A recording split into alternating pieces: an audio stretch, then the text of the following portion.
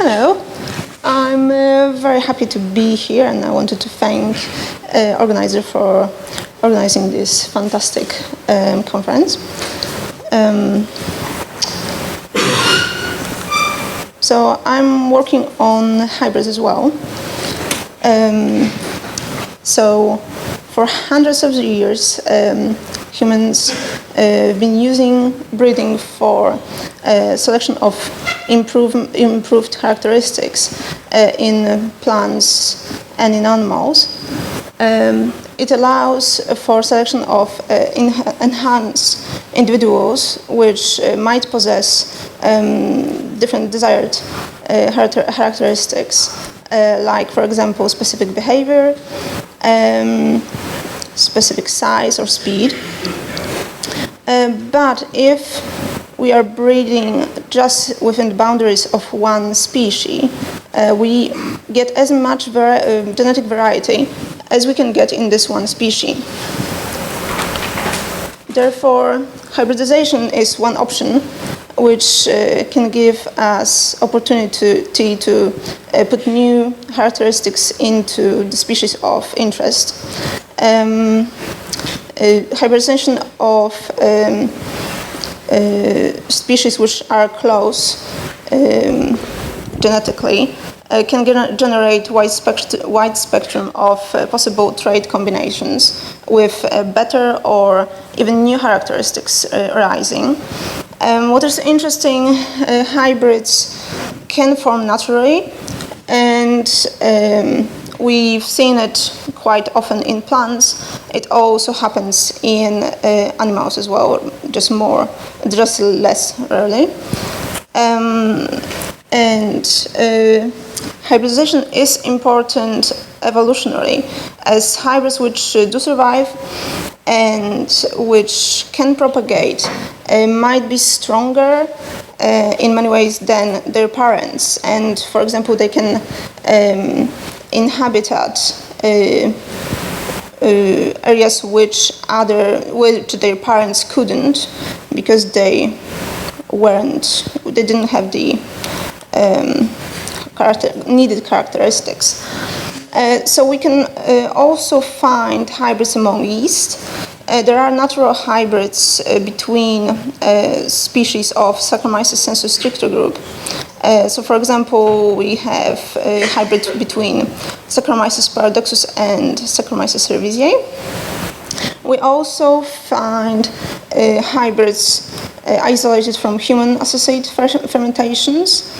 And in here I have a few key groups of those hybrids. So we have hybrids between cerevisiae and Kudrowzewi, which are used in industry. We have lager yeast Saccharomyces pastorianus, which is a hybrid between cerevisiae and Eubayanus. And also we have hybrids like Saccharomyces bayanus used in wine industry. And these are complex hybrids between Saccharomyces eubayanus, euvarum, and cerevisiae. So those hybrids are sterile, unfortunately, so it's very difficult to study them with genetic techniques. And why actually hybrids are sterile? So in here I have a few graphics which have been majorly simplified to emphasize the problems which hybrids have with meiosis and with mating. And in here, on the top, so this is normal situation where we have two parental cells from one species, and they produce a diploid cell, which is fertile. It can go through meiosis. Crossovers can happen here. They can form, and this is very important for segregation of chromosomes. So in this situation, chromosomes can segregate correctly. But in case of two cells from two different species, they can mate, but then they produce a sterile diploid, which cannot go through the meiosis because of sequence divergence, too big sequence divergence between chromosomes. So because of that, crossing overs are not happening, and there are problems with segregation of chromosomes to separate cells. And because of that, we have non-viable gametes formed. So how we can actually rescue the fertility of hybrids? One way of doing it is to duplicate the genome, generating a tetraploid. In this case, chromosomes will be able to segregate with homologous chromosomes, and they will be able to go through meiosis and segregate properly. But the thing is that yeast are actually mating haploid to haploid, and they need to have different mating types. So how we can make diploid cells to mate together? So we can actually do it by deleting the mat locus of one copy of the mat locus, and we can do it just with URA3 marker.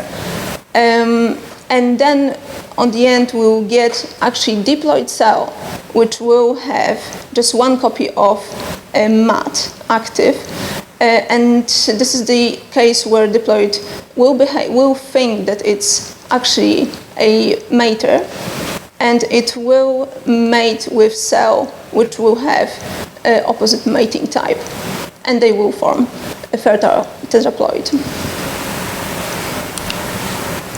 So with the other approach, we can actually make many different types of hybrids.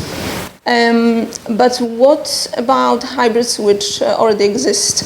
The problem with these is that many of hybrids which I mentioned before, they are usually diploids, but there is quite a big group also of hybrids which are triploids, or they can be even triploids or tetraploids for single chromosomes. So in here I present example of how we can deal with sterile triploid hybrid, and this one is called soy-free. So this hybrid contains two sets of Saccharomyces cerevisiae chromosomes and one set of Saccharomyces kudrevzevae. So the idea to make it fertile is, as before, to make it to be a tetraploid.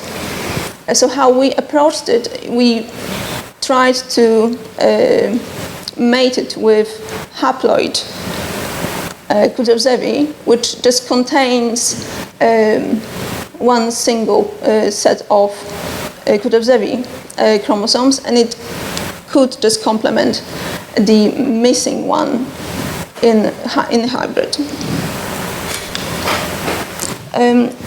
So how actually can triploid mates? As I said before, they need to be, the cells needs to be A or an alpha.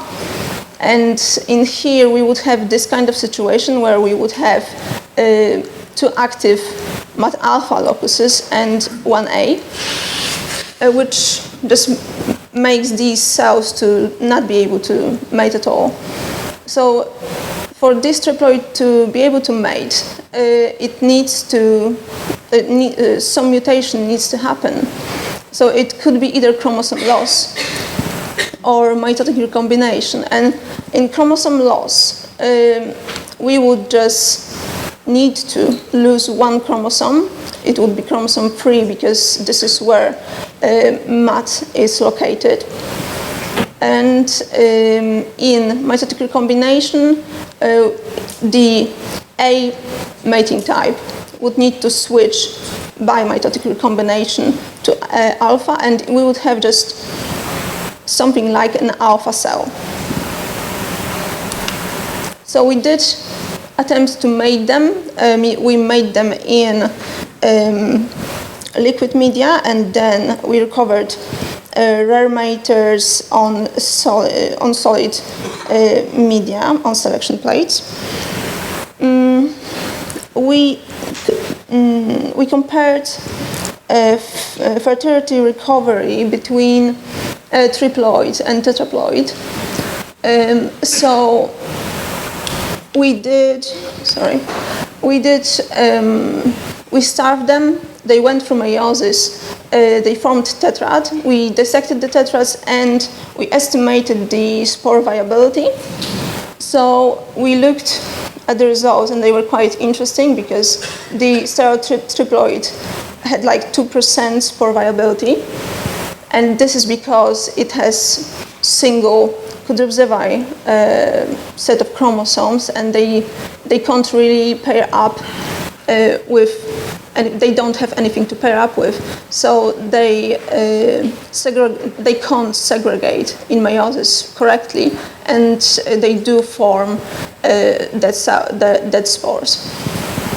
In case of tetraploid, we had 89% of spore viability. So this shows that the fertility recovery in tetraploid is very good. So we wanted to look at the mutations which allowed these tetraploids to mate. And we screened them with colony PCR. So we were amplifying active MAT locus sequence from active MAT locus from chromosome 3. So if the chromosome loss would occur, we would have the situation where in 4 spores from one tetrad, we would lack a band in one of them. And if we would look at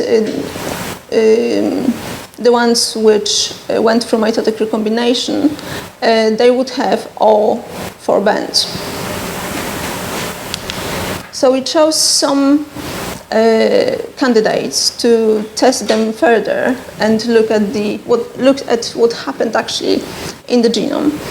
And in here I have examples of the ones which actually lost the chromosome 3. We ran the DNA of them on pulse field gels, so which with these you can actually separate the chromosomes and look at them. So in here we first of all we run tetraploids, which is for example in here, and then 4 spores. And together with this we run 2 controls, and this is the tetraploid, this is the triploid, and this is the haploid. And in here in this region we can see chromosomes 3. So this first band is more intense than the others because it contains actually 2 chromosomes 3, and one of them is below. So triploid has 3 chromosomes 3, and haploid has just 1. In here, we can clearly see that this tetraploid is missing the lower band of this triploid. So it just shows that this candidate lost the chromosome 3. And also we looked at this DNA with probe specific to URA3 chromosomes. So the probe highlighted the chromosome 3 in here, but it also highlighted some DNA in the lower area, which we can see that the chromosome 6 is on this level. So it means that some chromosomal rearrangement happened, and sequence from chromosome 3 went to chromosome 6, which is interesting. These are examples of the ones which probably went through mitotic recombination. We can see in here that they contain all three bands which should be there. And also on southern blot, the probe for chromosome 3 highlighted nicely the chromosome 3 in all 4 spores, and we don't see any chromosomal rearrangements. What means that, so after this blot, we were sure that these are, could say, healthy, and those tetraploids are fertile now, so we can do genetic analysis on them. So we can do quantitative trait analysis on them, and this analysis looks at phenotypes that are variable between individuals. So, for example, heat resistance or ethanol tolerance. Those phenotypes are influenced by multiple genomic loci and number of combinations of QTLs determines the strength of a trait. And we also observe continuous distribution of phenotypes. So, but some individuals will have QTL combinations which give extreme phenotypes, which is something what probably in industry we would be looking for. And the QTL analysis, which we can do by different ways. So either by pulling F1 progeny with extreme traits, which is called XQTL, or by performing multiple runs of crosses and then pulling the progeny, which is called IQTL. So we looked at phenotypes, or those variable phenotypes, and in here we were growing tetraploids and spores of those tetraploids on just normal rich media in different temperatures. So we looked at 23 degrees, which is just optimum temperatures for them to grow, 16 degrees, 11 and 37. So just to look at the low temperature sensitivity and high temperature sensitivity. But we can see already in here that we actually in this, what is highlighted, these are actually 4 spores from one tetrad. They are just printed in duplicates. So we can see that like those 2 spores which are on the in the higher area of this bar, they are growing much faster than the other ones. So even at this point, you can see that there are differences between those spores. But then looking at other ones, we can see here that all of the spores are growing in the same rate, with the same rate at 23 degrees. But when we will look at them in here, we can see that in 37 degrees, this one spore is actually tolerant to high temperatures. And these, because they are not growing, they are sensitive to this kind of temperature. So it's interesting that even in one tetrad, we can see differences.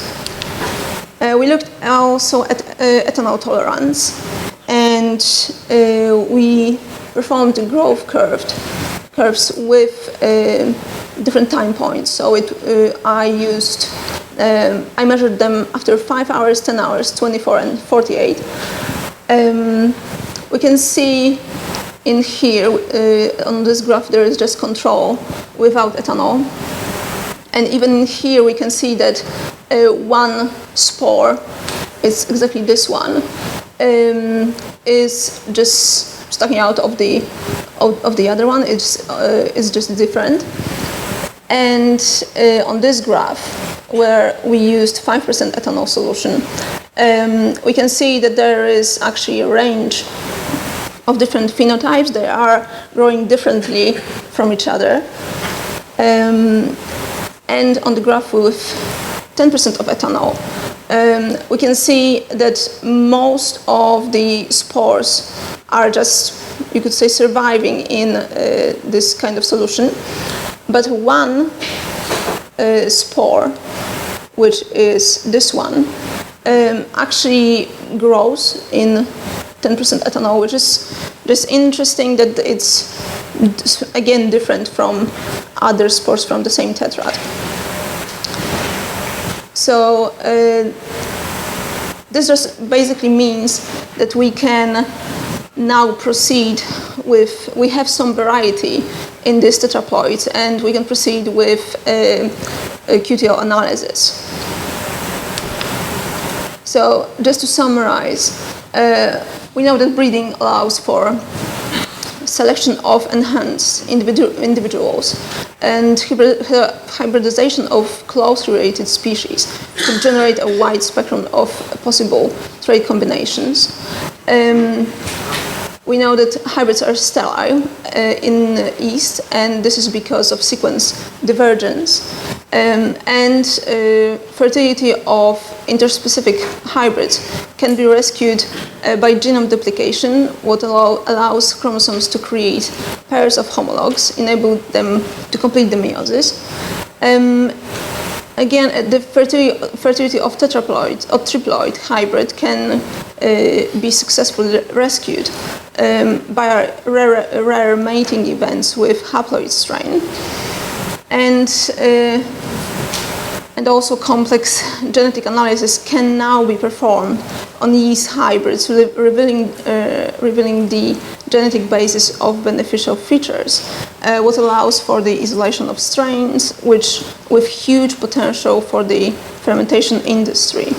And to answer the question of the whole presentation, as I showed, hybrids, either triploid or normal hybrids which we would create, which would be tetraploids, they can reproduce with a little bit of help.